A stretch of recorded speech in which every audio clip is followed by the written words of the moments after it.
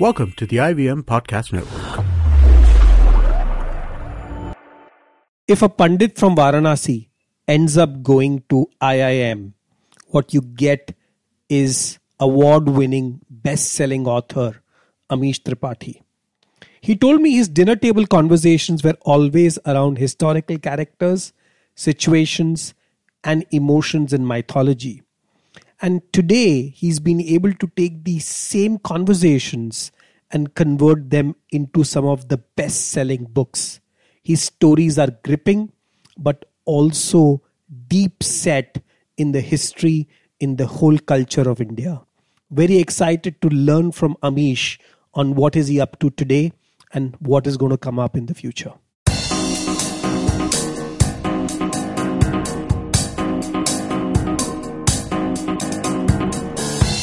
Life has a way of finding its own course. For this best-selling author, it has brought love, luck, success, and spirituality. I am talking of none other than Amish Tripathi. Amish, welcome to the show. Thanks, Vishal. Pleasure being here and pleasure meeting you after so long, like 3 days, right? Yeah, it's been... I was just recollecting that we first met almost 5 years back at the Inc. conference in Jaipur. And since then, we've been in touch on and off. And of course, now that our kids are in the same class and same class, so it's been exciting. But I think in this last 5 years, I remember that was the time your first book had launched of the whole Shiva series. And now, the Ram series, the Ramchandra series. But I think there is so much happening in your life. And in a way, what you are doing is path-breaking because you are, let me use the word, redefining mythology. So what are your thoughts around that? Where do you think mythology is today and where do you think it was, 4,000 years back, which you fondly talk about? No, I don't know if I'm redefining anything. All that I'm trying to do is present my interpretation of a culture and mythology and a system of philosophies that I'm very proud of and that all of us in the Indian subcontinent are proud inheritors of. And the way to approach mythology, any ancient mythology, is that the purpose is to learn some philosophies through those stories. The root of the word mythology is a Greek word called mythos, which means that which hides the philosophical truth. And that's a way to approach these great stories. So the story by itself does not matter as much as the philosophy is embedded in it. So it's that's really, what I try and it's do. really the core thought, and the story is just a method to deliver that core thought. And because I would say our kids today, if instead of asking them to read Ramayana or Mahabharata, I think I would ask them to read one of your books to kind of understand. And I think that's possibly what would have happened, right? I mean, if you look at the number of variations of Ramayana which has come, there was a Valmiki Ramayana, and then there are all these various versions. I know the South Indian have a different version than North India. But the core ethos is the same. It was just a different delivery. So do you think that maybe 10, 20, 30, maybe 50 years later, people will actually start referring to, Amish Tripathi's Ramayana or your version of Mahabharata? My books aren't that good. Don't give me that much credit. But all I can say is that, with millions of copies being sold, this is possibly selling more than Ramayana itself. No. Under no circumstances has it done that. Look, Valmiki ji wrote the original Ramayana and he's a god among writers.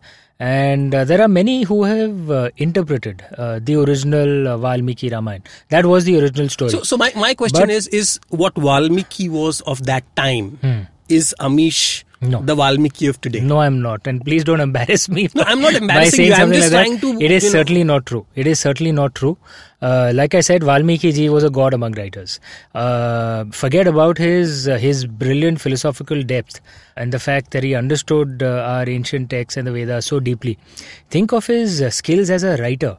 He actually came up with, he composed the entire Ramayana in a Sanskrit meter. Okay, where the words actually have to follow that strict guideline. That itself, just think of the skills as a writer for someone to be able to do this. No one can, it's modern poetry is far easier. You just have to get words to rhyme, right? Getting it to fit into a meter in a method where you're actually conveying deep thoughts and philosophies, not just a story. His talents as a writer itself is in a different league. There's no way any of us in the modern world can compare. Trying to compare. But what I'm talking about, what is more crucial in that, and that for me is a matter of regret in modern India, that most Indians may have heard of Valmiki ji and the Valmiki Ramayana, but very few have actually read it. In fact, most Indians, the version of the Ramayana that they think is the original Ramayana is actually a 1980s television serial. Exactly. And that was not based on the Valmiki Ramayana. That was based on the Ramcharitmanas, which is a 16th century modernization of the original Valmiki Raman Ramayana. And Sagar and that whole family. And the Ramcharitmanas was also was written by Sant Tulsidas ji, who was also brilliant, no doubt. But he reflected the ethos of the 16th century. The Valmiki Ramayana is actually quite different. For example, the Lakshman Rekha, which most modern Indians believe is there in the Ramayana, is not there in the Valmiki Ramayana. We think it's there because it was there in the TV serial. It's not there in the original Valmiki That's exactly Ramayana. what I'm saying, right? Just the way the interpretation of Ramayana changes from different centuries and different people. So your interpretation definitely is also different. It is slightly modern, if to put it that way. Yes, it is different, but the core is the same. The interpretation is different. The core is the same, and I'm trying to... All the versions of the Ramayana essentially are... at its heart, philosophical discussions on what is an ideal society. What is Ram Rajya? Yeah. If you go around the country and you ask most people, regardless of religion, caste, language spoken, etc., if you ask them what is the ideal way to run a country, practically everyone will say Ram Rajya. But if you ask them the next question, that what does Ram Rajya mean, you'll get thousands of different answers, because for everyone, Ram Rajya means something different. And that is a debate that is at the heart of the Ramayana always. What is an ideal society? No, but I think it's interesting, right? So I have to admit that I have neither read the Ramayana, I have neither read the Mahabharata, neither read the Gita. I've hardly even gone to college. So, but the thing is, what I really enjoyed was when Devdutt Patnaik made these tweets. He had these 26 tweets about reading Mahabharata or reading Ramayana. Right. And what you have done is taken that to the next level, that for today's generation, for the millennials today, to kind of associate and read Ramayana or read the stories of our ancient times. So that linkage is somehow you've been able to build. So how do you connect to the audience of today? What is the difference? How do you kind of get this insight? I think I don't really try. I just do what feels right to me. I'm just lucky that it connects. I start thinking about how a connection can be drawn only during the marketing phase. During the writing phase, I don't think about this at all. And I genuinely believe perhaps that's the best way. So you're not thinking of any person you're writing this story for? No. You're writing this for whom? Myself. For yourself? I write it for myself. I just write what feels right to me. And whether it connects or not is not something I think about while writing. And that's something I advise to all writers. You should write with the honesty of your heart. There's something different between doing a job and doing something creative. You can't fake it, right? So people who try to fake the blessing it's a blessing. I genuinely believe that, at least for fiction, I genuinely believe that any story that an author writes is a blessing. If you're a believer, you'll believe it's coming from God. If you're a non-believer, you'll believe it's a blessing of the universe. But it's not from you, it is through you. And if you dishonor that blessing, the blessing will stop. So write the way it comes to you. Don't think about, what will appeal to critics. But in this world where there are editors and, there are all these publishing houses, there are formulas of writing. How does that come in? I mean, how do you deal with all these It doesn't, people? not while writing. So nobody edits your... No, I mean, there is an editor. But like the editor, I've had the same editor from my first book. But it'll not be... and she understands how I work. And fortunately, she has the same attitude as I do. So she'll not tell me that make this change because it'll appeal to this reader or it'll appeal to these critics.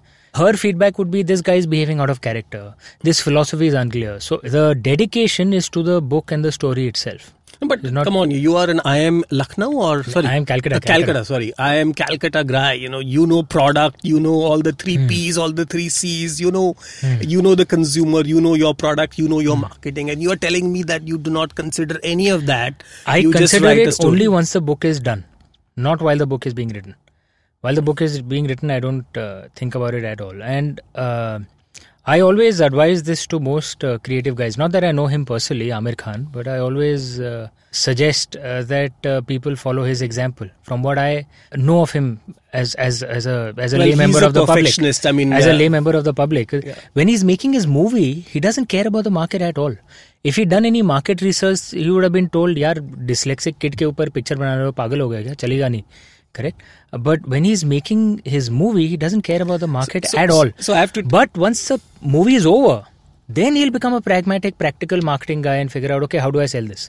So you have to be almost like a schizophrenic, okay? And a creative person has to be that way. You have to be a different person while creating, a different person while marketing. So in the case of Amir Khan, he's so awesome. So during Tare Zameen Pe, we had created some games which were really awesome for kids, and we kind of had some connection with kids with dyslexia, etc. And we met him, and he really loved the games. But why was the reason he did not launch the game? Yeah. Because he said he wants to play every game and master every game, and only after that he's going to launch. And he said he does not have the time for the next 1 year to do that. So I have had first-hand experience of his perfectionism. I mean, and we've done many games, and that's not everybody in Bollywood, or forget Bollywood, and nobody is like, I want to know this subject so well that only when I know it. So I can completely understand. So you're almost saying that there is one half of you which is, let me use the word, a Pandit,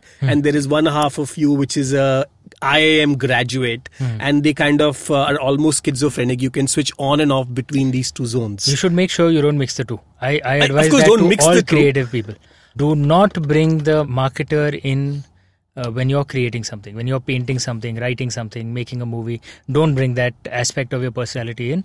You will destroy the blessing. You will destroy the flow. Don't do that. So what you're saying is, and that's, by the way, that's exactly the advice I give to all the startup companies who come to me, right? That the product needs to sell itself. Marketing can always give you an artificial push. Exactly. But that does not mean your product is good. Finally, a good product will get you good positive word of mouth, and marketing can amplify it. Yeah. But if you have a bad product and if you market it, actually You'll kill works it even quicker. It's In the fact, opposite. I believe that in the modern world, there is no either or. You need good product and you need good marketing. But the first step is to make a good product. But fundamentally, it has to be Fundamentally, a it good has to be a good product. Good marketing will kill a bad product even quicker. No, But once a good product is ready, you shouldn't be lazy about marketing. It has to be done. There are so many great products. I read a lot. I can tell you, I can point out so many books which should have been bestsellers, but they're not because they weren't marketed properly. Yep. No, I think marketing definitely plays a big role, but I think the bigger role is the content. I mean, content is king. Everybody talks about it, right? But in your case, what you had done was the content already existed. So as we know, Ramayana, Mahabharata, the Shiva stories, the story of Sita, Ram, they were all there. You were able to present the same story in a different form. And that was really, I would say, had taken everybody by a pleasant surprise, because we have always been fed the traditional Ramayana, and there have been so many prints, and all the TV shows are filled with mythology. So when you had this different take, how did you first guess, like your first book, how did you even think that people are going to actually buy this or read this? I didn't know. I didn't know what's going to happen with it. Forget about people buying it and reading it. I didn't even think it would get published. I was just writing for myself. And fortunately, I had a job which paid the bills. So, and you were working for a life insurance company. I was working for a life insurance company. No, but when I started writing the book, I was working for a bank. Okay. So this was the IDF? No, this was my bank. IDBI bank days, and then Development Bank of Singapore. The book was written largely in that phase. And when I was writing, I was just writing something for myself, and I thought the only people who would read it were my family, because, they have no choice. But I didn't really think about where it would go. And I know I'm kind of sounding like a stuck record, but genuinely that's the best way to write. That's how I like to write also.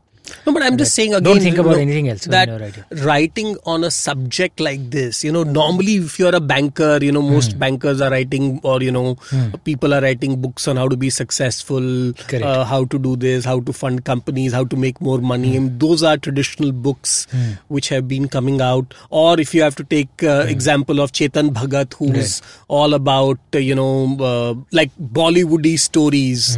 This was very serious stuff. This was not entertaining. entertainment. This was not masala. This was a pure story.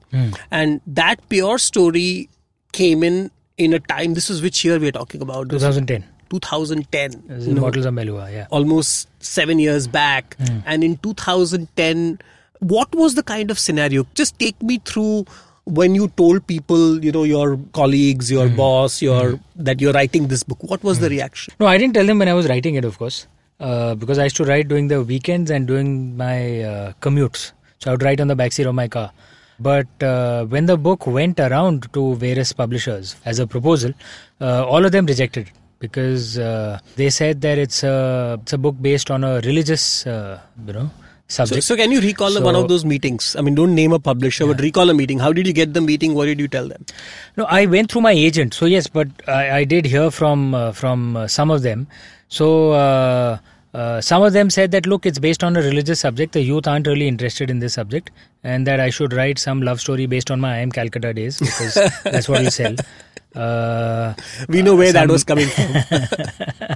One person gave me some pretty detailed feedback. He said that there are, your book is based on a religious subject, so you have alienated the youth because they are not interested in such a subject.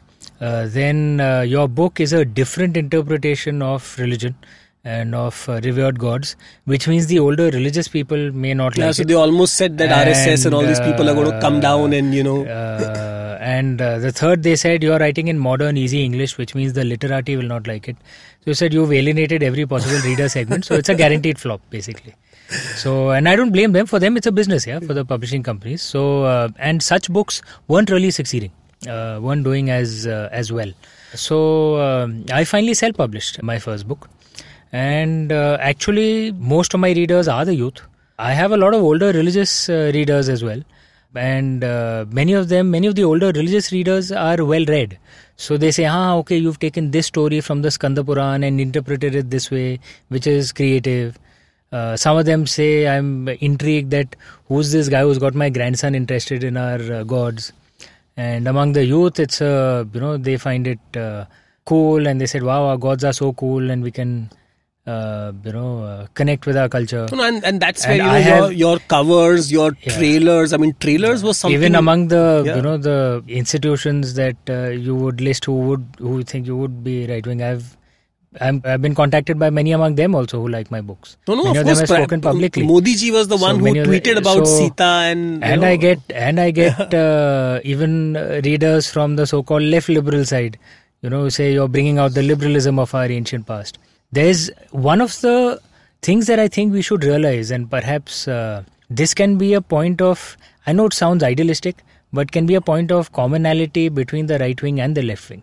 If the left wing actually wants liberalism, our ancient culture is actually their biggest ally. They haven't read enough of it, so they don't know it. Because many of them are so westernized that they have no idea of our ancient culture. And for the right wing, they should realize that pride in our culture will be even more heartfelt when you realize how great our ancestors were. And get people to actually just read about them, get inspired by them, and make a country today that is as great as that is worthy of our ancestors. This can actually be a point of commonality. No, absolutely. I mean, some of the concepts which, the whole Ramayana talked about and Sri Ram talked about on dharma and law and treatment of minors. I remember the whole, the whole discussion around that on how if a minor commits a crime, how was he treated? How was she treated? In the Ramcharitmanas itself, there is a line. So not in my book. In the 16th century version, there is a line which says that man, woman, or transgender. It says Purush. Transgender also, yeah. It says Purush Nari, Purush Napunsak Nari. Napunsak is transgender. Jeev Charachar Koi. That's man, woman, or transgender, any living being, any plant, any animal. If they love each other and come to me without any deceit. If they love each other and come to me without any deceit, they are my people. This was said by Lord Ram. Yep. Correct? In the Ramcharitmanas. No differentiation between men, women, transgender, any living being, any plant, any animal. Love each other, have no deceit, and you are my people. These kind of statements should be celebrated. sadly, this is almost unknown. People almost pick and choose parts or, things out of context from Correct. religion and these scriptures and these Which books. almost sounds like there's an agenda, Yeah. and they'll pull one thing out of context and say, see, our ancestors were all like this. No, all one has to do is bring in the disinfectant of sunlight. Just read.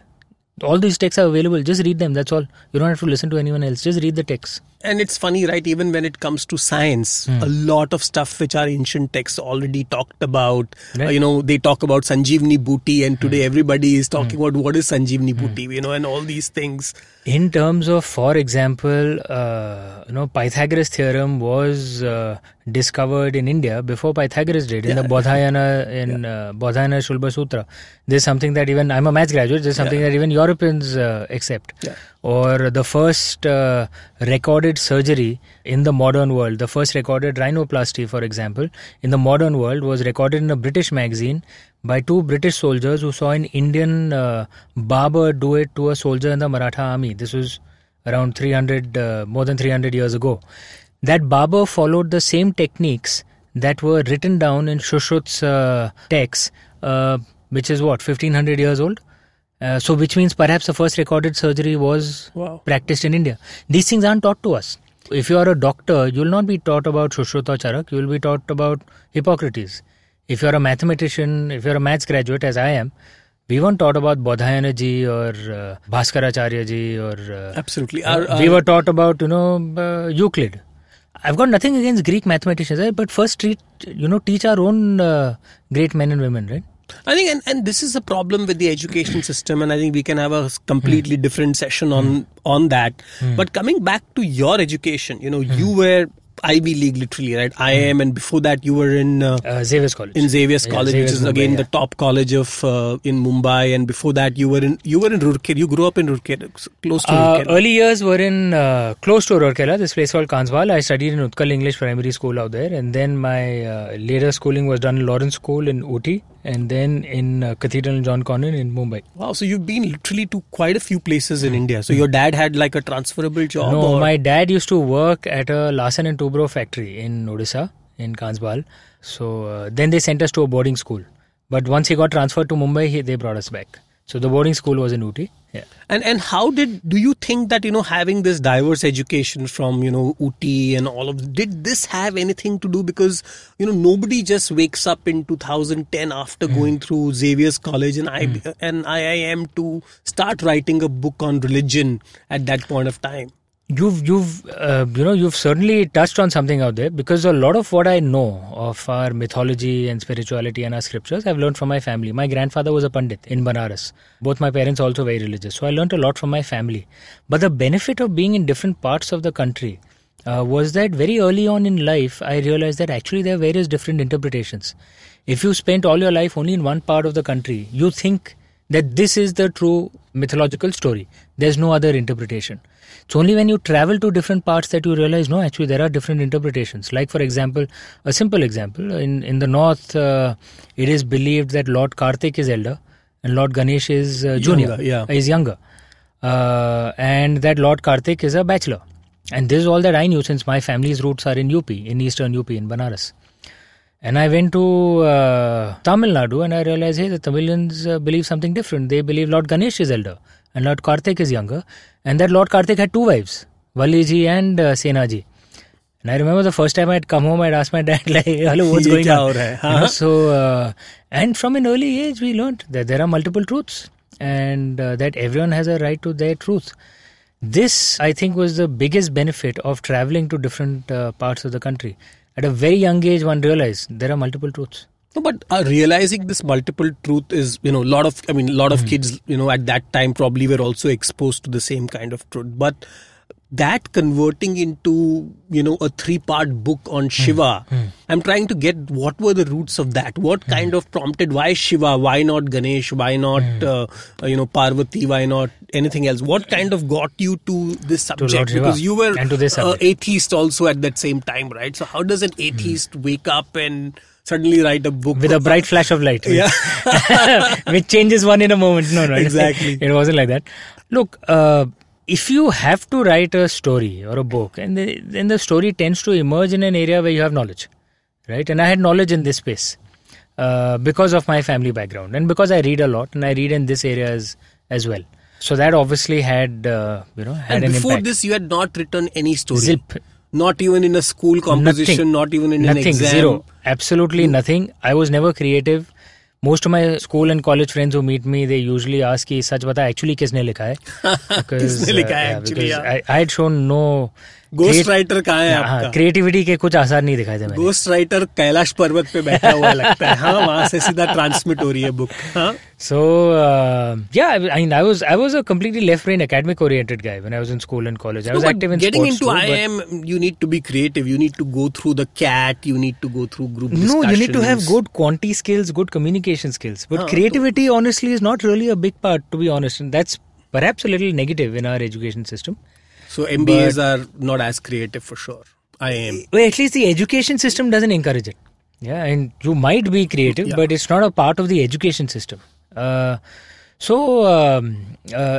I can't explain where these stories come from. Even now, it truly is like a parallel universe.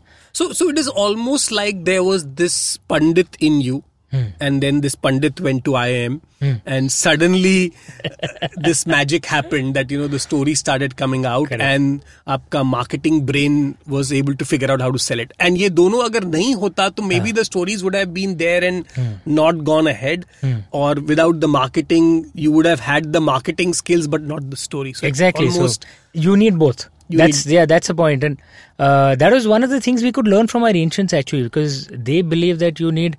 Our education system is so left brain focused in the modern day.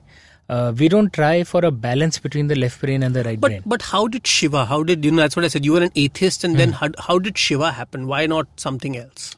Look, I mean, our family is essentially we're a Shaivite family. So we've been Shiv Bhakts from generations. Yeah, so we are Lord Shiva devotees. Also, the Shiva trilogy began as a pure philosophy thesis and exploration into. So, when you say you are Shiva Bhakts, what does that mean? It means we worship Lord Shiva. I wear an Om Namah Shivaya kada. I wear a Rudraksh mala. Okay. Actually, मुझे पता नहीं था ऐसा भी मतलब there are like people who say I'm Shiva Bhakt. Yeah. I know Krishna. People in Gujarat you call them and everybody says Jai Shri Krishna. Yeah. So in Hinduism there are three broad streams. There are many minor streams, but there are three broad streams. One is Vaishnav, who are devotees of Lord Vishnu or any avatar of Lord Vishnu. That's Krishna and all of that. Lord Ram, etc. The second is Shaivite, which is devotees of Lord Shiva and his family. And the third are the Shaktas, the devotees of Shakti Ma, of the mother. Wow, actually मुझे पता भी नहीं था. These are the three broad. किसके भक्त हैं actually? That's a. But these are only the three broad streams right now. There are many others. You can be an atheist as well. Okay. So many of in the 9 ancient schools in Hindu mythology, in Hindu scriptures. One is completely atheist. They don't believe in the Charvaks. They don't believe in God. They don't believe in the scriptures also. So Ganesha is technically Shiv Bhakt. Yes, if you are Ganesha is of course son of Shiv and Parvati. Yeah. Or if you're a Kartik worshipper, I'm born and brought up in Bombay, so Ganesh is the god if you live in Bombay. Yeah. Welcome aboard. That's a good one. Yeah, so now I know at least so Ganpati Bappa. But I think that is the fact that we are Shaivites perhaps would have had an impact. At this point, I think people need to all the listeners need to kind of think about this and think who you are, because you never think about God like this. But I want to clarify it that way, that in our Indian way, there's nothing wrong with being an atheist as well. Yeah. Atheists weren't attacked violently or killed or anything like that in India. The Charvaks, the Sankhyas, the Mimamsas, they were atheists from the modern perspective. They didn't believe in God. But that's cool, yeah? I mean, they believed in the law of cause and effect, that your karma determines what you will reap, as most Indians do. But many Indians also believe in God. These guys, they don't believe in God. Nothing wrong with being an atheist, not the Indian way. But coming back, I think one of the attractions for someone like me, for Lord Shiva also, is because I'm by nature a rebellious, anti-elitist kind of person. And for people like me, then Lord Shiva is like a very attractive god. No disrespect to any other god, but like he's the ultimate god of the rebels. He is rebellious, he's anti-elitist, so he's attractive for people like me, I guess. Yeah, and of course he's the destroyer, right? He's the destroyer Brahma, of Vishnu evil, and yes. Mahesh. He's the destroyer of evil, and he's In the mythical way, it's believed he's the transmuter, because nothing truly dies in the universe. You just change form. Yeah. Right? Yeah. So what is the death for one form is actually the creation of another form. So that's what Lord Shiva does. The Vishal Gondal Show will be right back after this break. Tired of the shrill madness of primetime television? Can't make sense of your morning newspaper anymore? Then take a break to delve into some real conversations about policy, politics and economics. Join me, Pavan Srinath, And me, Hamsini Hariharan, as we analyze news and views from India and the world and talk to experts on a wide range of issues on the Pragati podcast. Episodes out every fortnight. You can find us on the IVM Podcasts app or wherever else you get your podcasts from. In fact, it's amazing that recently, about a year or so back, I was reading a lot about the Kailash Parbat. And apparently that's the only mountain which nobody has climbed till date. Yeah, it's the only peak. You only do a pradakshina, you don't climb it. And even the people who have climbed Everest and people who have climbed. So I went to Everest base camp. So hum log ye sab exciting mein we were just reading, and I figured that out that not. So there is stories that there are people who climbed could never make it, but even the best mountaineers in the world They don't climb. never even attempt to do this because they do believe that it's not just among Hindus, Buddhists, Bonds, Everybody. Jains, for all of them, this is a very holy mountain, so you don't climb it. You can only do a pradakshina around it, but you don't climb it. And it's a very surreal place because there is, of course, the. Have you done the pradakshina yet? No, sadly no. I've tried 3 times. So next time jab bata rahe ho, we should go together. 100%. We'll go together. Yeah. You can only go when he allows you. Yeah. So I've Exactly. tried twice, but maybe I wasn't meant to go. There's the Mansarovar lake, which is actually has sweet water, and you'll find vegetation and and birds and everything around it. And close by, there's another lake called Rakshastal, around which there's nothing. Yeah. I've heard about that. It's a very surreal place, man. Yeah.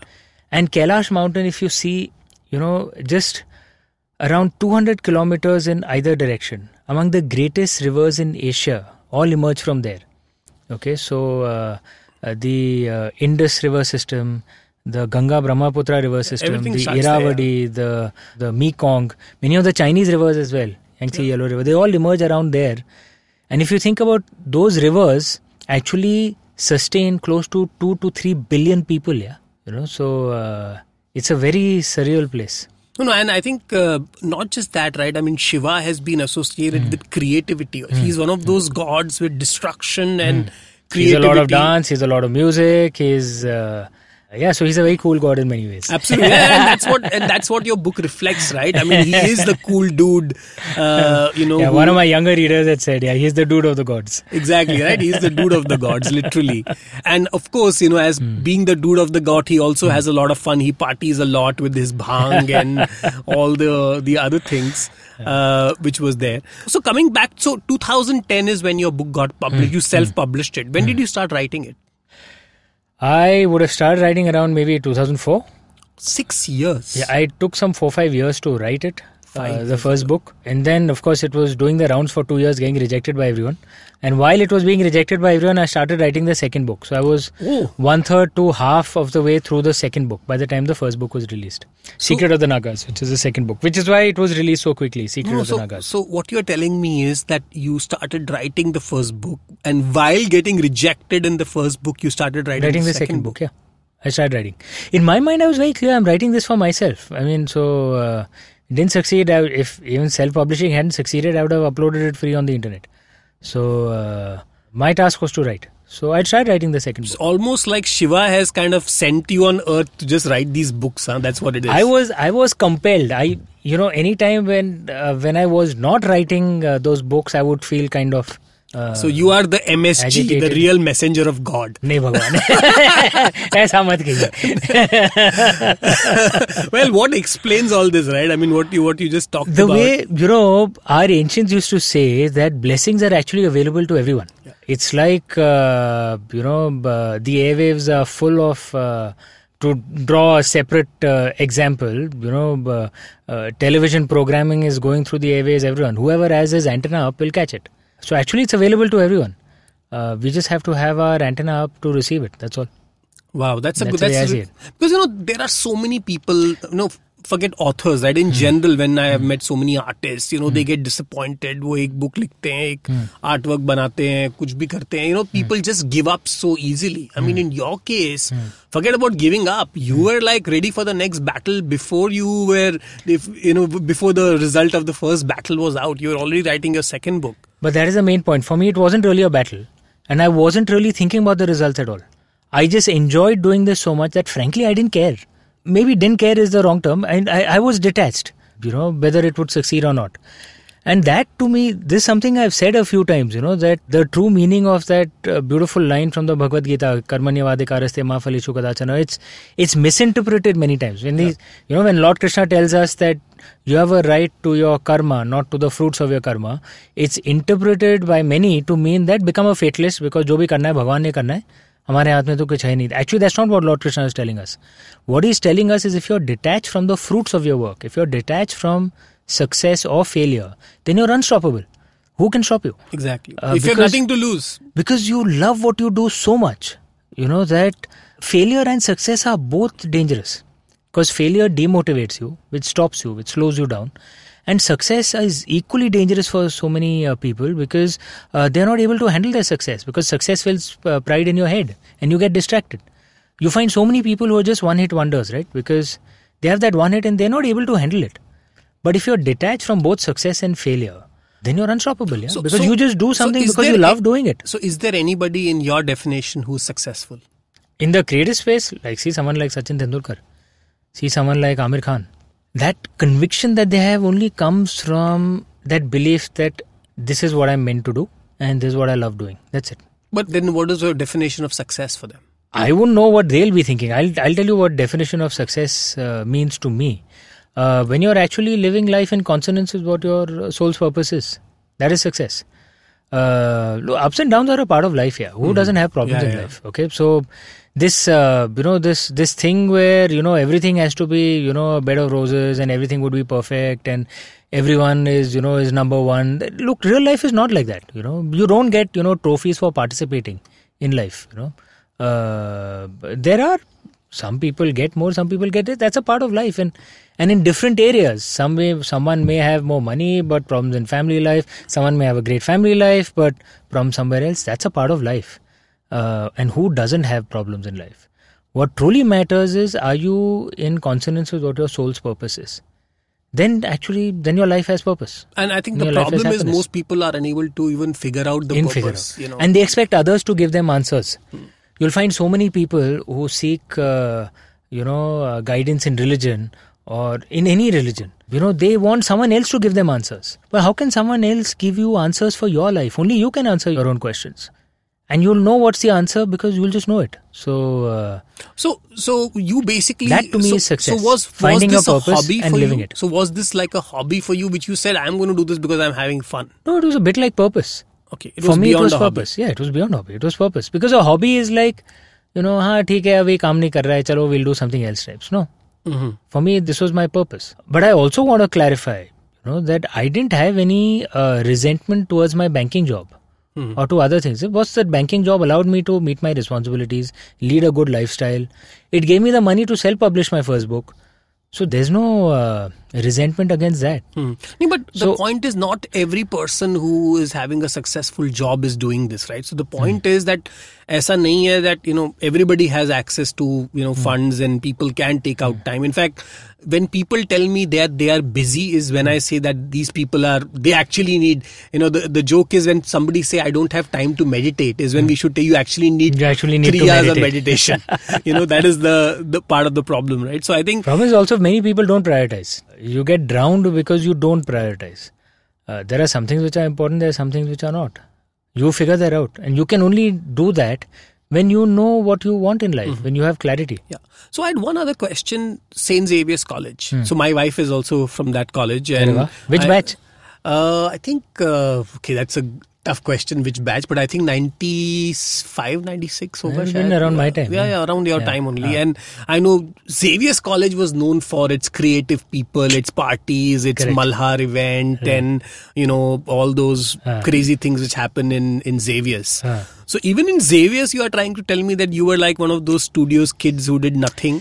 No. Because Xavier's, actually a lot of creative people come out of Xavier's. I was actually... I'm not advertising Xavier's College in any way. It's a cool college, I think man. the better college is Podar, where I studied. Xavier's is the best college in Mumbai. Sorry everyone else.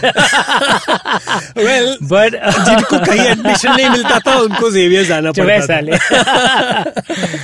No, I was heavily involved in extracurriculars. So I was actually chairperson of Malhar in 1994. Okay. I was involved in the Janfest as well, the Indian classical music thing.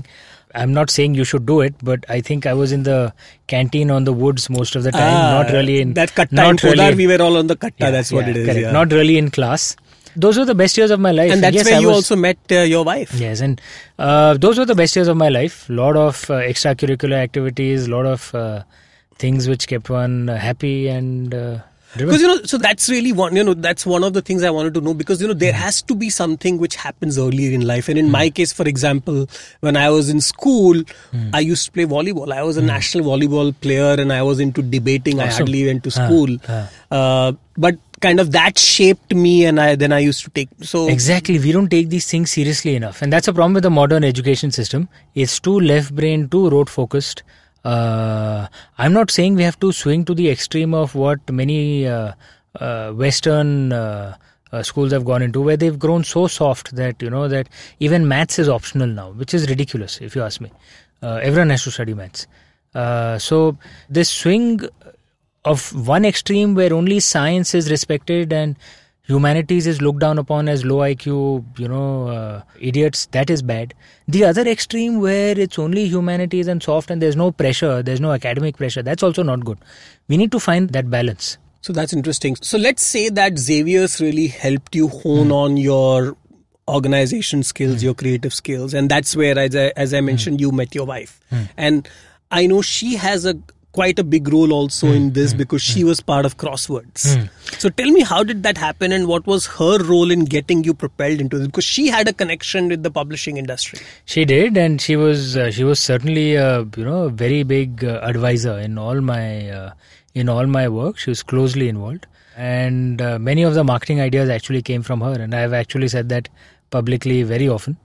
And I'm in a sense lucky. There is not just Preeti, but everyone, my siblings, my in-laws, so many of them have really contributed. And you have an amazing family. I know your friends and your twin brother, right? Yeah. Yeah. So he's an investment banker. There are many people who've truly contributed, to this. So in fact, I've said a few times that my book is like a joint project which just happens to have my name on it. Well, you're being humble there. Yeah. No, genuinely, there are many people who've contributed to make this a success. So has anybody else contributed in the content? Where did you call your father or anybody in your family to ask about certain things? Look, they read, but no, I write it myself. So if there are things I want to check about, some philosophies or something, I might call some people. But otherwise, so no, you I write didn't it have myself. any mentor in your writing? While writing, no, I write it myself the way it comes to me. And I have an editor called Sharwani who's been there from the beginning itself. And so my family reads the book, reads the manuscript while it's being written chapter by chapter. I send it to them. And so you have like a family WhatsApp group where you send them? No, this is not sent in WhatsApp, no. Okay, sorry. So because that's where all the families are today, right? No, we do have a WhatsApp group, but no, this is not sent on WhatsApp. So they read chapter by chapter. And this is like almost every month? Yeah, in my writing phase. So right now, like I'm in my marketing phase. I had a book. But isn't it difficult for family to be objective? Because, like Amnish ne likha hai to bahut acha hoga hi, right? I mean, no, aisa nahi hai. My family, I mean, they'll give their honest view. Okay. I may listen or not listen. That's up to me. But they give their honest view. And the way I see it, look, I mean, the family will have no agenda, no? So they'll not give me some feedback because they have some other agenda or So thought your in focus place. group is your family. Yeah, literally. right. And because they are Shiv Bhakts in a way that they will... Is that because of that also? Not because of that. Because actually, and like I said, we may have been a Shaivite family, but all of us have our own favorite gods. You know? So my twin brother is actually more of a Krishna Bhakt. My wife is a practicing Buddhist. My sister is a Shaivite. My elder brother is a Ram Bhakt. My mother is a Mata worshipper. Wow. My Actually, father is a I have Brahman. never thought about my family like this. But in India, it is that way. It's very common to No, but have. I'm just saying that you different, don't, these at least in Yeah. people I know, we don't refer to like this person in the family is we of might this worship god. all gods, but like who's the primary, Yeah. Actually, ये सोचना बहुत person जरूरी you है think because, you know, gives you some kind of like if you ask me who's our primary god, I will not have some an umbilical answer. cord. It gives you some umbilical cord. Yeah. But I mean, they give their points of view, and the first person then who reads the entire book is obviously my editor, Sharwani, who's been there from the beginning. She's very stubborn and just like I am, so it's good fun working with her. We fight a lot when we edit. And how did you find your editor? How did she come in to this? She's been there from 2009, so I got introduced to her through my agent. So she actually edited my first self-published book as well. And then when we transferred to a mainstream publisher, I requested them that can you please, for my books, work with her. Which they agreed. So it was nice of them. So you have now I referred don't quite a work few with times an yeah. agent. So how did you get an agent and who's your agent? How does one find an agent? Unfortunately, it's still an undeveloped trade in India. So there are just 2 or 3 good agents. This agent, Anuj Bari, I got to know him through a writer called Sandeepan Dev. He's a journalist. He was the editor of Outlook magazine and various others. And he's an IMCian, as I am, but many batches senior to me. So I just cold called him. I'd got his number from somewhere and I just cold called him. This would be in 2009 or something. Said that, sir, I'm a junior of yours from IMC and I've written a book. Do you think you can read it? And if you think it's crap, tell me it's crap. But if you think it's good, if you could give me a blurb for it, that'd be lovely. So he said, yeah, you're sending me a free book. Why should I say no? So very, very nice of him. So I sent the book to him. And he received it and, a few days later, and he called me the next day. He said, you destroyed my sleep because I couldn't sleep all night. I was reading till 4 in the morning and I finished the book and I've absolutely loved it. So he gave a very nice blurb for it and he introduced me to Anuj. That's how I got to know my agent. And what role did an agent play? How did the agent help you? And without the agent, what couldn't have happened? An agent essentially is supposed to do is present your book. This is not like a secret service agent. This is a book agent we're talking. Or, correct. We call this is a book agent. Yeah, it's a book agent. Yeah, okay. So they don't have guns. No. So I mean, look, any creative person would have an agent who would represent his interests. If you're an author, you'll have a book agent who will find commissioning editors in different publishing companies and send your manuscript to them and negotiate a deal. You'll have a film agent who will negotiate your film deal for you. So that's how it normally works. Some people try and like to negotiate directly as well. But that's how it works. And this is what my agent... So the agent came in and the agent is the one who then took you to the publishing houses. Took me to various publishing houses and had the door slammed on his face for... But then you decided to self-publish. Correct. So how does one self-publish? What do you have to do to self-publish? It's a lot easier now than it used to be. So, 15, 20 years ago, you'd have to... a minimum print run used to be 5,000, 10,000 copies. So just the upfront money that you had to put compared to how much an average guy would be earning 20 years ago was actually a big amount. And getting it distributed was also so 5,000 copies multiplied by 100 rupees per copy print? Or? In those days, it may have been, as high as 100 rupees, maybe a little high, depending on the size of the book. Okay. But just for calculation 5,000 into 100, so you've got, 5 lakhs. 5 lakhs is just your printing cost. 15, 20 years ago, that would have been a big amount. And then, of course, designing and all that, and right? Then so, distribution, all that. So that makes it... And distribution mein who comes in? There are distributors, but distributors don't normally take a self-published book. They want a proper publisher. So distribution also becomes a headache. And remember, India, we are more of a continent than a country. We are really big. So distribution is a real problem. It's a real challenge. It's a real challenge. We have more people in India than all of North America, all of Europe, all of Middle East, all of North Africa put together. So we really are a big country. The way I actually That's a serious problem. The way I Distribution. describe India to a lot of people is it's like Australia plus Mexico plus Sub-Saharan Africa. Because not only are these different countries, there are people with different paying capacity. So there are people who can afford everything in this country, and then there are people who can't afford anything in the country. And just the sheer scale of it, that's why distribution becomes such a problem. It's such a challenge. That's the biggest issue for a self-published author. But now it's become a lot easier. And now there are these online platforms, and you can Kindle and all that. You can distribute, and now there's print on demand because printing technology is improved dramatically. So you don't have to print 5,000 copies. You can print. So let me just go back. So you spent 5 lakhs in printing mota these books. No, what I'd done was it was self-published in association with my agent. So he invested in the printing. Okay. Agent actually invested in the printing. Wow. So he invested in the printing, but the print cost was actually a lot lower. What I was talking about were rates 20 years ago. Achha. 2010 had come down drastically. My book was also not like a 1,000-page tome. It's it was 300, 400 pages. 400, yeah. And we started with a 5,000 print run. Print costs would not have been So I'm just trying to roughly estimate. So maybe 5 lakhs, everything milake, marketing, book printing, perhaps a bit more. Most of that would have been spent by me because more of the expenditure would have been done in marketing. And there was expenditure in printing as well, of course, by the agent. And so all publishers said no, and you yourself put your savings, your agent probably put his savings, and you decided to take this book out. What happened after that? It hit the bestseller charts in the first week itself. Wow. And what does a bestseller chart mean at that time? You were selling what? All 5,000 were gone in the first week? Is that all 5,000 were gone in some 3 weeks. 3 weeks. Wow. We sold 45,000 copies in some 2-3 months. And in those days, selling 5,000, 10,000 copies meant that you're a bestseller. And who was getting what? So what was the end user price that time? What were people? Would have been around 250, 300 rupees if I remember correctly. That's what even today in Sita is at 350. 350, yeah. That material cost goes up. Yeah. So that's how it was launched. And, ironically what happens in the book trade is because working capital cycle is actually quite long. Printing, storing and distribution, and the retailer normally has a payment schedule of 6 months. 6 months? Yeah, correct. I know. Bichara author to ऐसी नहीं author का पैसा नहीं लगता है, publisher का सोचो ना, क्योंकि छापा उसने. और तो ironically what happens because of this is if a book does very well, it actually becomes a problem. Because there's a point beyond which my agent said, I can't afford to invest more in printing, because it's selling, we had to print more to sell. But the money would come 6 months later. But printer wants his money right now. Negative 6 months तक. तो वो issue हो गया था. So then we finally said, and because the book had started doing so well, many of the publishers who rejected it came back to bid for it. So then we transferred it to a mainstream publisher.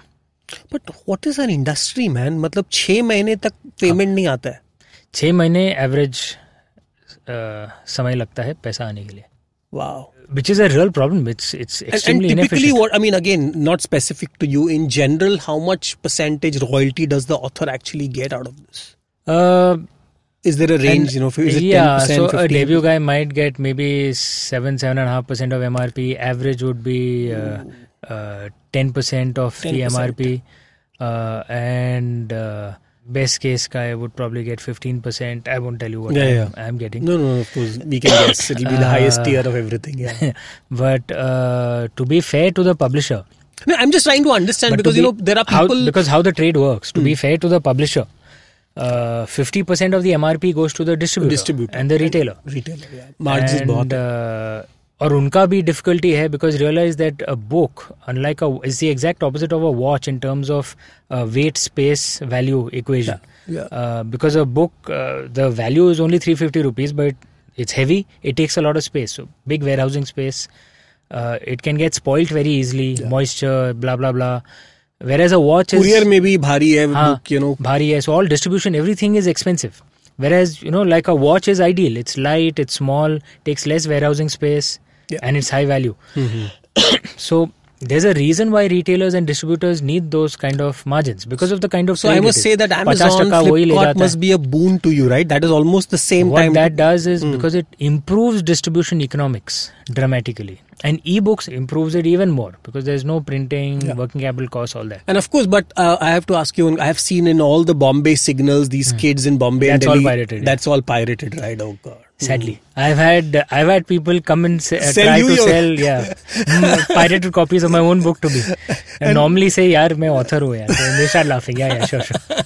The pirated some of those copies. kids are very smart. उनको सब पता है. वो आदमी देख के book दिखाते हैं. मतलब Pirated copies normally, because my book has my picture also on the inside. Pirated copies don't have the inside cover. So pirated copies will not have my picture. So many of those. Pirate sellers will say, yeah, sure. तुम नहीं लिखा है, ठीक है. आगे बढ़ो. आपको एक अपनी कॉपी रखनी चाहिए गाड़ी में दिखाने के लिए कि मैंने ही लिखा है. But this, it's unfortunate. But there was this very nice thing that Thomas Friedman had said, which is, I think, interesting. He said, when I went to Thomas Friedman said this, that when he went to China, at traffic signals, he had people coming selling him CDs of, XXX movies, etc. Whereas in India, people come and sell books. He says that says something about the culture in India. And he says, no wonder there's a lot of innovation. As I said, that piracy actually is good because it seeds the users, right? I mean, I know you were pirating your own book. You were giving the first chapter free also, remember? Main thing in this, but that's something that's a part of a marketing strategy. Remember what happens with this, that there are no taxes being paid on that. It generates cash. It's essentially illegal. It's like selling stolen cars. But the point is, जो गाड़ी में मैंने भी एक दो बार खरीदी है, वो कुछ पता नहीं होता है हमको, तो इतनी अच्छी पैकेजिंग में वो दिखाते हैं. I don't think so. I think they were just going to where the demand was. I think the people need to be creative. I think it's a problem because distribution wasn't good enough, and that's the thing where many of the online stores have helped, because distribution has become a lot better. Right? You can just get on your phone and just buy it, and it'll come home physically, or get downloaded straight onto your Kindle. Mm-hmm. But for me, I'm very much a supporter of trying to bring the economy into the legal legal side. So according to me, piracy was more because of inefficiency of distribution. It was easier to pirate, and people always want to do what is easy. But today, if you take an example of music, everybody is using Saavn or Gaana or Spotify, or people are moving to Hotstar and Netflix, because who wants to download torrents today, right? So I just think that... And वो torrents के साथ वो किताब या वो तो आएगा, उसके साथ भगवान जाने कौन से भयंकर viruses आ जाएंगे, which will destroy everything. Exactly. So better not to. So it is always better that the economy is in the legal space, taxes get paid, the country does better, legal jobs get generated.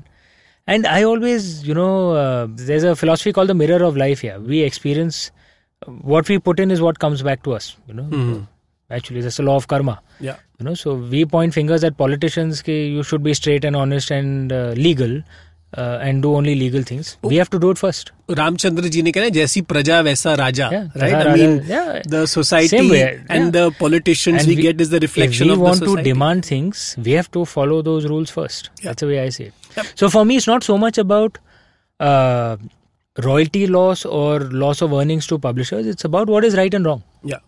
No, but my point is that it is also about showing that there is so many possibilities. In India, distribution mein itna problem tha. Wow. Thanks to people like Amazon and Flipkart. Many of these things have been sorted out, right? Today it is so easy to buy. Previously, buying a book was such a pain, right? Not just in books across, but it's also because our infrastructure, our road infrastructure, our railway infrastructure is not that good. Our tax system was disastrous.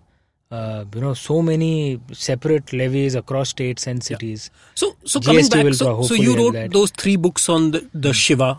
So is Shiva now done, or is there going to be more? No, the Shiva trilogy is done. No, Lord Shiva will always be. No, but I'm saying. But the Shiva trilogy is over. Clearly, there are a lot more. You could take Ganesha and Yes, there are story ideas which can be spun off from the Shiva trilogy.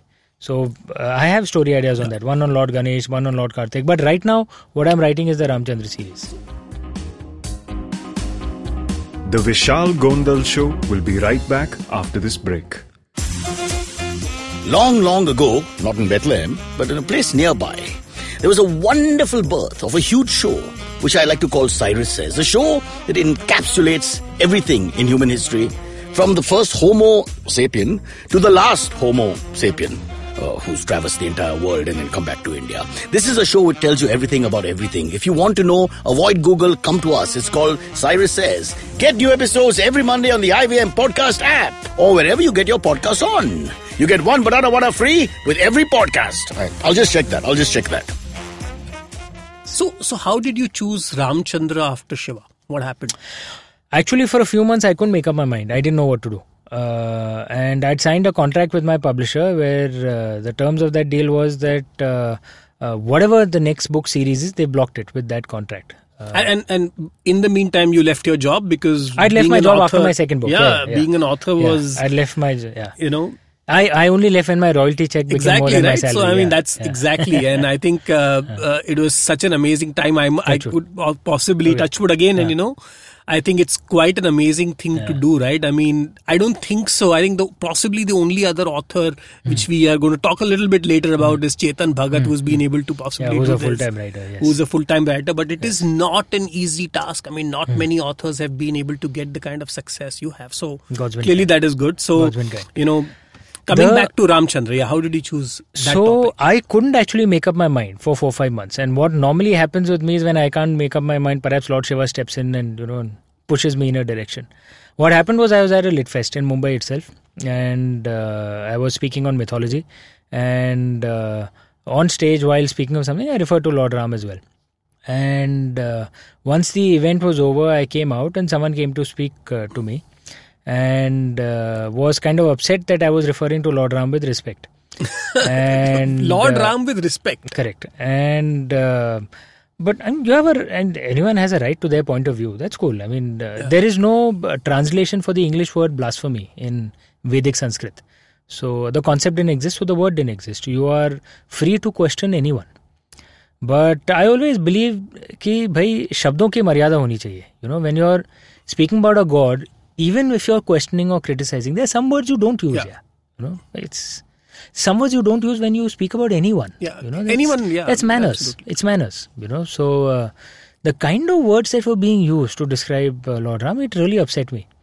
And I'm not the kind of guy who shouts and screams too much these days. So I just listen. You actually met somebody in a Lit Fest who was abusing Ram. Literally, that's what it is. It upset me a great deal. ऐसे भी लोग होते हैं क्या? So I was so upset that I wrote an article at that time in the Hindustan Times saying why I respect Lord Ram. And I was so upset by that incident that day I decided my next book series is on Lord Ram, and I started writing the next day. Oh. And if I look back right now, perhaps that incident was meant to happen to me to help me make up my mind. Because I was so upset, I just started writing on this, and the story started flowing the next day. Wow. So automatically किसी ने आपको राम के बारे में भड़काया and suddenly Ram के ऊपर एक नहीं 3 books. 4 actually, right? 5 आएंगे. 5 आएंगे. Wow. So this is another incredible thing, right? I mean, people cannot write one book hardly, and you always think of like 4 and 5 and 3, and it's almost like Lord of the Rings or of course now Game of Thrones. So literally, I think the minute I open or read or look at any of your books, I always start imagining a series like Game of Thrones. So when is your Game of Thrones equivalent coming up? मतलब on a TV? On TV or on the big screen? I have... we'll make an announcement in some time. There is a contract that has been signed for the Shiva trilogy. So we'll make an announcement in some time, and there are discussions going on. Or it should be on the scale of Bahubali, right? I mean, Bahubali has kind of shown you the scale. That the market is there. Absolutely, right? I mean, the market is certainly there. We need stuff of that quality being made. I can completely imagine the Shiva trilogy like Bahubali, right? I mean, maybe even better because look at the kind of stuff Shiva can do, right? And the market is certainly there.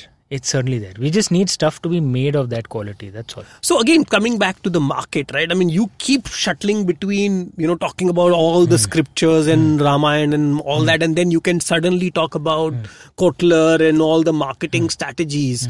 So Kotler is old marketing. Yeah, okay, sorry. Or whatever latest marketing strategy. So ye marketing strategy, how did that help? Give me 3 hacks you did. 3 marketing hacks which kind of got you on the main stage.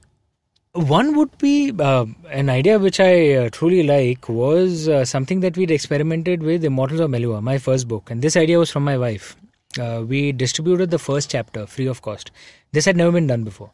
And the idea was essentially kind of built on the FMCG model. Sachet, try karo. Yeah. Try karo na. Sachet, in those days, a shampoo bottle would cost 50 rupees. Sachet is 50 paisa. ठीक है, 50 रुपए लगाना नहीं है. 50 पैसा लगा दो, try कर लो, अच्छा लग गया तो you buy this full thing. Yeah.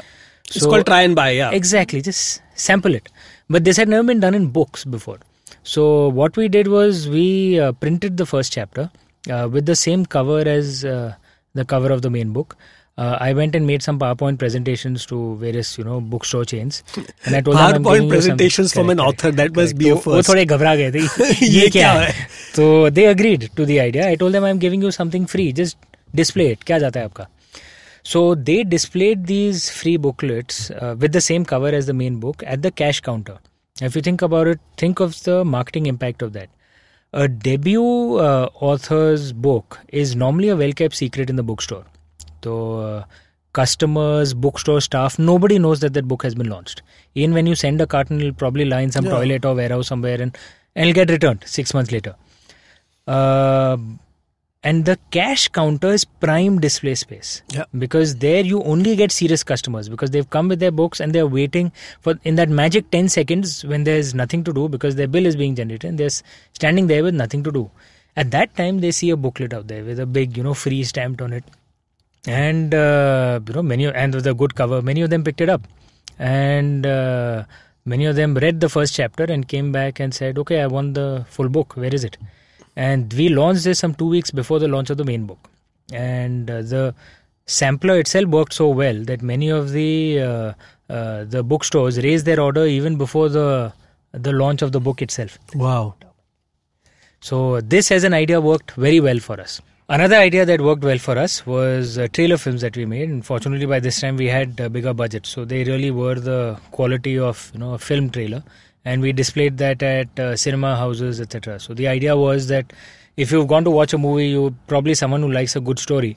So we are reaching to non-readers with this. That, hey, there could be a good story you might find in a book as well. Come here. So the idea was to expand the market because we had enough support in the bookstores. We made a music video, a proper music album with both of the Vaiputras, original soundtrack. So we actually earned money from that thing as well.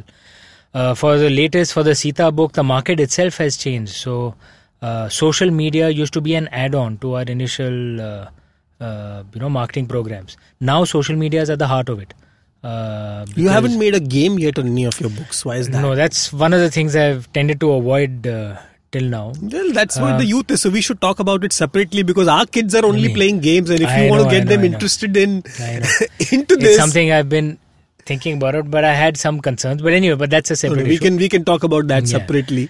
But I think your biggest coup in Sita was when you got PM Modi not only to talk about it, also tweet about it. So tell me a little bit more about that meeting. How was it talking to the PM about the topic of Sita? I went to present the book to him, and it was very nice chatting with him because I met him at his residence,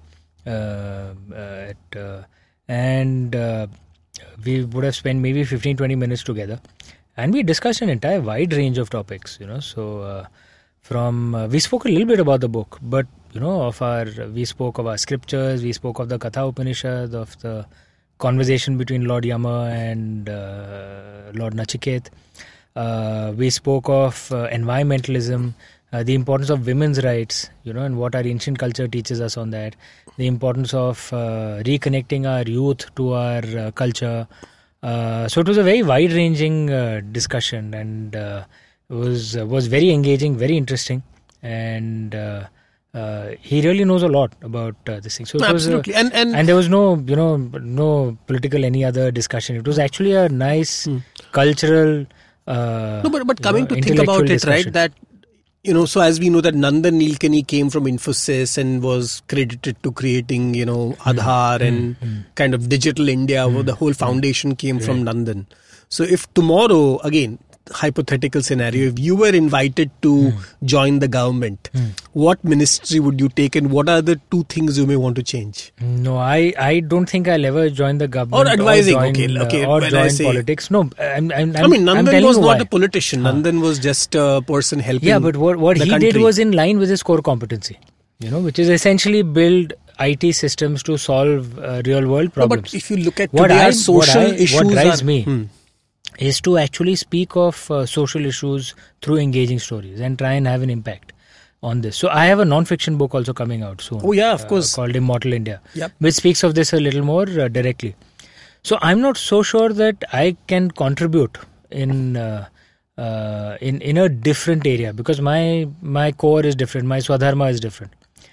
Secondly, also, and I must say this because I know it's almost fashionable to criticize politicians, but I've met politicians from across the spectrum, across different parties. It's not an easy job, man. Running a country like India. There are many who are not good, I admit that, but there are many actually. It's a difficult job because we are a very complex country. It's a 24/7 job. Our politicians, what they do, there are no holidays. And there are so many competing interests. It's extremely complicated. So actually I have a lot of respect for them as well as a class. I don't think I can do that job. I don't have that ability. So there is one thought that, when you talk about Ram Rajya and when you talk about, is this secular? Is it non-secular? I mean, that's part of the problem when, I was seeing some tweets, people were saying, why is Modi ji promoting this book on Sita and all of that, right? So what is your comment around how does secularism come into this entire thing?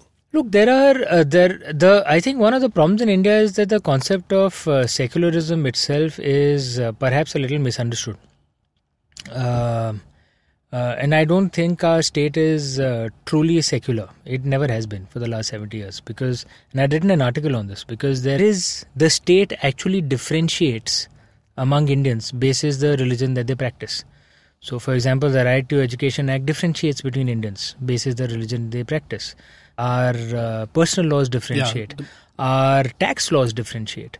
So how is this secular? The Hindu undivided family. Why should Hindus get tax benefits which Muslims and Christians don't? Muslim women suffer far more as compared to, say, Hindu or Christian women. Right to Education Act differentiates between Hindus and non-Hindus. And this to me is not secular.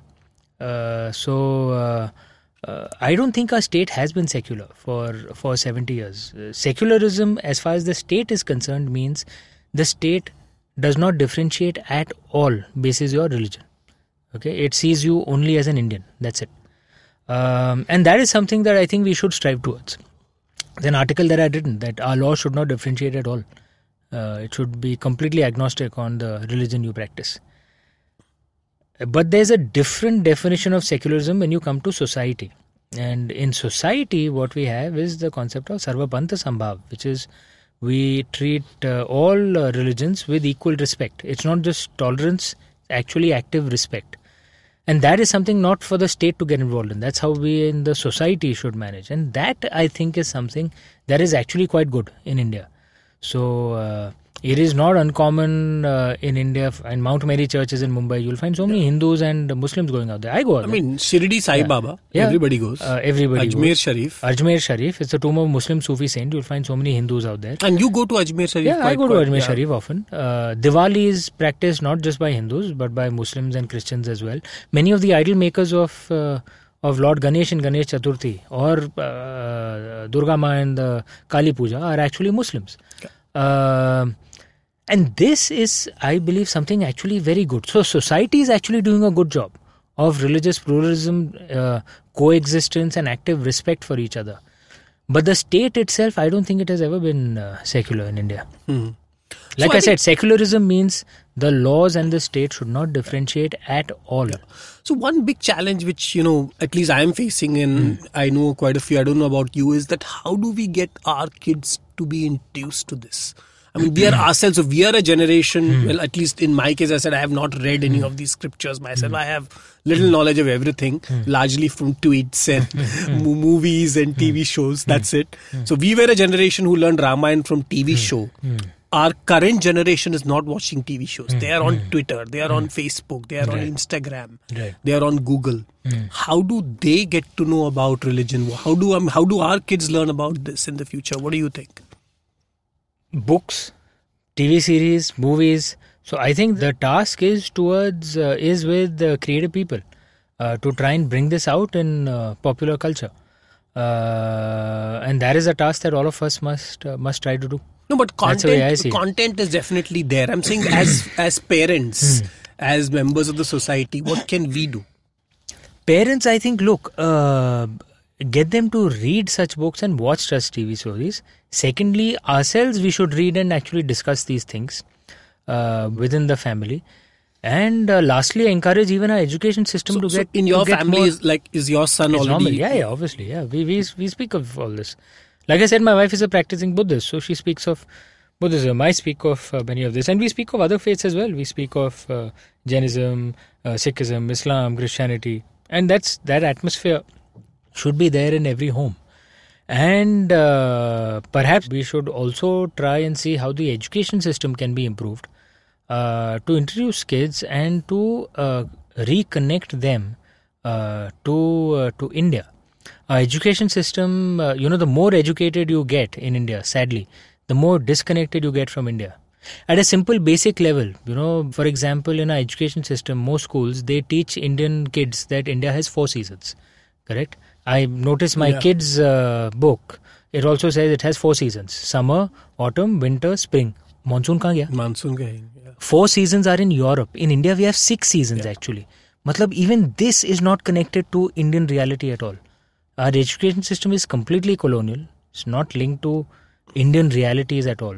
Which is why the more educated you get, the more disconnected you get from India. It was funny that this poem, Rain, Rain, Go Away, somehow didn't make sense here because it was made for the UK where it rains all the time. Exactly. We love the rain, boss. Exactly. Yeah. Rain, Rain, Go Away. Cute. No, because it ends the summer for us. It's a beautiful season. And our ancestors, and if you see our Indian songs, they always celebrate the rain. Exactly. And that was my connection ki Rain Rain Go Away is such an odd poem for me. Yeah, like for the West, You Are My Sunshine. But in India, more nachta hai jab barish hoti hai. Correct. I mean, it's a season for love and celebration. The monsoon season was the most important season. Where does the word Varsh come from? Why does Varsh means here? It's sourced from Varsha. So do you think that you could do some kind of a book for kids? Like this is for millennials. What could there be a version? There is a thought on that. So let's see. Let's figure that out. Yeah, but there is a thought. If there is a thought and maybe even a comic. I mean, I think it's absolutely important. And I'm glad you've already thought about it. Coming back to one last point before we go to the other aspect of your life. How has the entire literally scene in India changed in the last 5 years? I know, Chetan Bhagat has played a big role, and I know you're good friends with him, and all of that. So how has it changed in the last 5 to 7 years? I think we'd have to go back a bit, around 10 years. It has changed dramatically. Chetan 10 years, I'm saying 7 because 2010 is when your book got published. But Chetan's first book was published maybe 2005, 2006. Okay. So let's say 10, 12 years. And I think Chetan has played a big role in this, and one must give him credit for it. Before he came, a bestseller in India meant 5,000 to 10,000 copies. And even the subjects were geared mostly towards the anglicized elite. So Lutyens Delhi, South Mumbai, few parts of Bangalore, Calcutta, that's it. That was the market for the Indian publishing industry. What Chetan did was actually dramatically expanded the market. And brought in many new readers. So today a bestseller means it's sold maybe at least 40-50,000 copies. There are a few authors who sell in the lakhs now, and there are 2 of us now who sell in the millions. Yep. Chetan and I. This would have been impossible to think 10-12 years ago. And the credit for really exploding this market must go to Chetan. So many of us who are selling in big numbers now in India, we are walking a path that was forged by him. He taught the publishing industry that we can sell in big numbers. And what was the key ingredient he changed or brought to the table which was missing? I think subjects that were connected to the real India, the kind of books that were published in the English language earlier, were geared more, like I said, towards the anglicized elite and towards presenting Indian exotica to the West. So his books were almost like getting Bollywood to the... His books were about connecting with the real India, talking to the concerns of young India, the call center generation, the issues that they face. But how did that help you? Because your book was nothing to do with that. My books also connect to the real India, So, and the point one is trying to make is that the publishing industry learned that actually we can sell in big numbers in India. Chetan was the first guy to teach them that, which opens up the market for everyone. And that's the point I'm trying to make. So if somebody wants to write a book today, what are the 3 things they should not do? A lot of people know what to do. While writing, they shouldn't think about anything else. Write only what feels right to you. Chale to chale, nahi chale to koi nahi. You should always have that attitude. But once you've published it, then you have to take marketing a lot more seriously. And that is not something that used to be taken seriously till a few years ago. So unless you can make your book visible, it's not going to sell. The second thing is that, and this is in a way connected to what you write, but if your books and your culture are rooted in the real India, then you naturally have a bigger market. If you're someone whose cultural roots, you may be Indian, but there are some who may be Indian, but their cultural roots are more in London, than in, say, Nagpur. Nothing wrong with that. Everyone has a freedom to choose their own culture. But then if you're writing a book on, some British Raj civil service officer who's suffering because he's not getting his, meat and potatoes in Coimbatore, or, how they'll pronounce Coimbatore. Why will that connect to Indians? Because we'll say, Marusu, what's in it for me? So there's no harm in writing such a book, but then it has no connection to India and will not sell here. Correct. Also, just kind of going a little bit more into your routines. What time do you wake up? What's your typical day? I'm an early morning person. I'm normally up by 5:30 every morning, and I go to sleep around 10:30. Early to bed, early to rise. I'm kind of boring. I wake up early, do my puja, do my exercise. You do your puja every day? Yeah. And in my writing phase, I'll start writing by, say, 8:39. And exercise is what for you? Either I go to the gym or run or do Surya Namaskars or, so something like that. And then... and do you meditate? Yes, I do pranayams and meditation. But for me, writing itself is a bit like meditation. That itself just helps me. And you write every day? In my writing phase, yes. In my marketing phase, I'm going around doing interviews, blah, blah, blah. So in my writing phase, I'll start writing by 8:39 normally. And any business meetings, etc. would happen in the afternoon. My most productive writing time is usually in the mornings. In the mornings. And you don't go to any city or any favorite place to write? Sometimes I do. So what's your favorite? I often write in my study at home. But at times I've travelled. Like for Oath of the Vaiputras, I travelled to Banaras. I'd hired a place out there and written out there. Then Sign of Ikshwaku, I hired a place in Panchvati in Nasik.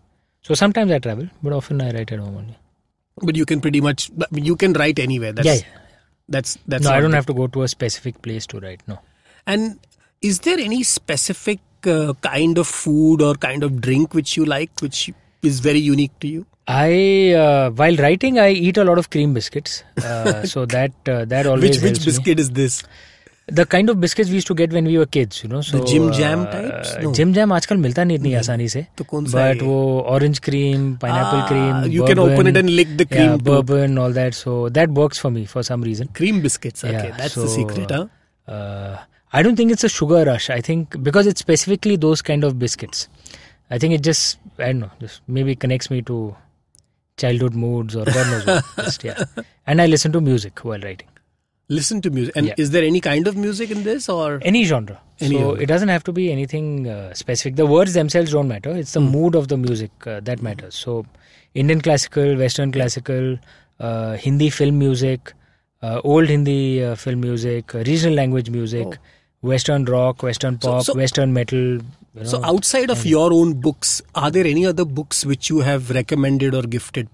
Quite a lot, yeah. So I read a lot and I mention many of them in my tweets and Facebook. So I read at least 5-6 books every month. Which are the 2 books, if you have to recommend anyone, you would? So of the books I've read in the recent past, I have liked Sanjeev Sanyal's Ocean of Churn. I normally read non-fiction actually. Okay. And I liked Sati by Meenakshi Jain. So I would suggest these two. And But are they're you a non-fiction, Bollywood they're buff slightly- also? Yeah, I like watching movies. And you a lot of your Bollywood stars are your fans of your books. So which is your that's favorite Bollywood movie?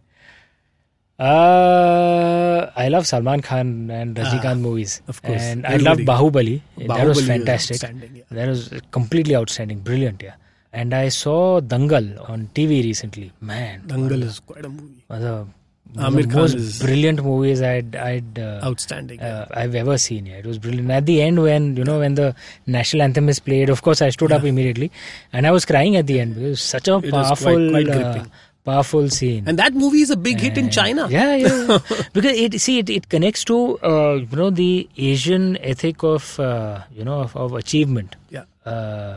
In the Western world, what's happening right now is in the recent past is parents. It's seen negatively if parents drive their children towards achievement. But it's not seen that way in India or China or Southeast Asian countries. In fact, it's seen as something positive. So- Because you need a balance of both. You shouldn't be on such an extreme where children feel so much pressure that they get suicidal. But you shouldn't be on the other extreme where you're just sitting around, doing nothing and faffing around. There has to be some positive pressure is good. Yeah. And from a technology perspective, what are your favorite gadgets? What do you use? I'm a tech cretin, so I don't really understand technology much. So I end up buying, high-end new phones, which I don't use it as well as I should because I don't understand things so much. So I know this is a blasphemy for you, but I'm sorry. Don't worry, we can help you on that. I don't part for understand sure. technology too much. I try my best to. No, but you're quite good at tech. I mean, you are using Twitter, Facebook, you're on every social I've been media. forced to get into it, and I don't know if I'm that good, but there's a team which helps me also on Facebook, Twitter, and Instagram. They've gotten me into it. They wanted to get me into some more social media things, and I've drawn the line. I said, I'm not doing anything more now. So Facebook, Twitter, Instagram. is there any piece of technology or gadget which is worth less than 10,000 rupees which you use most often? Anything you bought which is worth less than 10,000? A nice Bluetooth speaker. And which do you remember the name of the brand or anything? I'm forgetting, yeah, but it looks very nice. Okay. but So it's got Bluetooth- lovely music because I love music essentially. So is it like one of those, the tabletop? Yeah, tabletop ones. Okay. In my room, and I sit and listen to music. So that's your best buy so far. That's my best buy. Good music. So before we end, imagine we are in 2017-18 and Shiv comes back and you have an opportunity to ask him 3 questions. What will be those 3 questions? Firstly, he never went anywhere. He's always He's here, Lord always Shiva. here. Okay, or let's And say my, you meet my Shiv. My question has always been, and I'm hoping to get an answer sometime, that why was I blessed with these stories? There's so many better writers than me. So this is a question that has always intrigued me. And the second question, we have No, 3 that's questions. it. This is my 1, 2, 3. This Why were question you only. why were you yeah. the chosen one? Chosen one? I don't know. Why was I blessed with these? Why were you blessed with this? these stories? Yeah. All I can say, Amish, I think this time I was blessed to be able to have this amazing conversation Thank you. with you. But Thank you.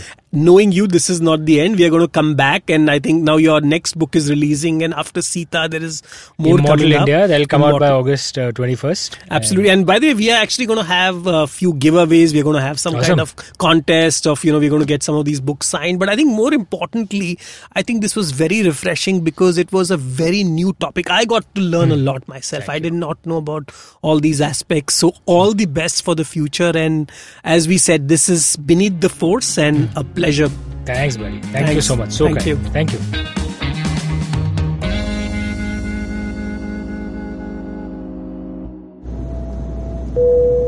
Good evening, ladies and gentlemen. This is your captain speaking. Sorry to say, but there's been a slight delay due to the apocalypse having suddenly begun.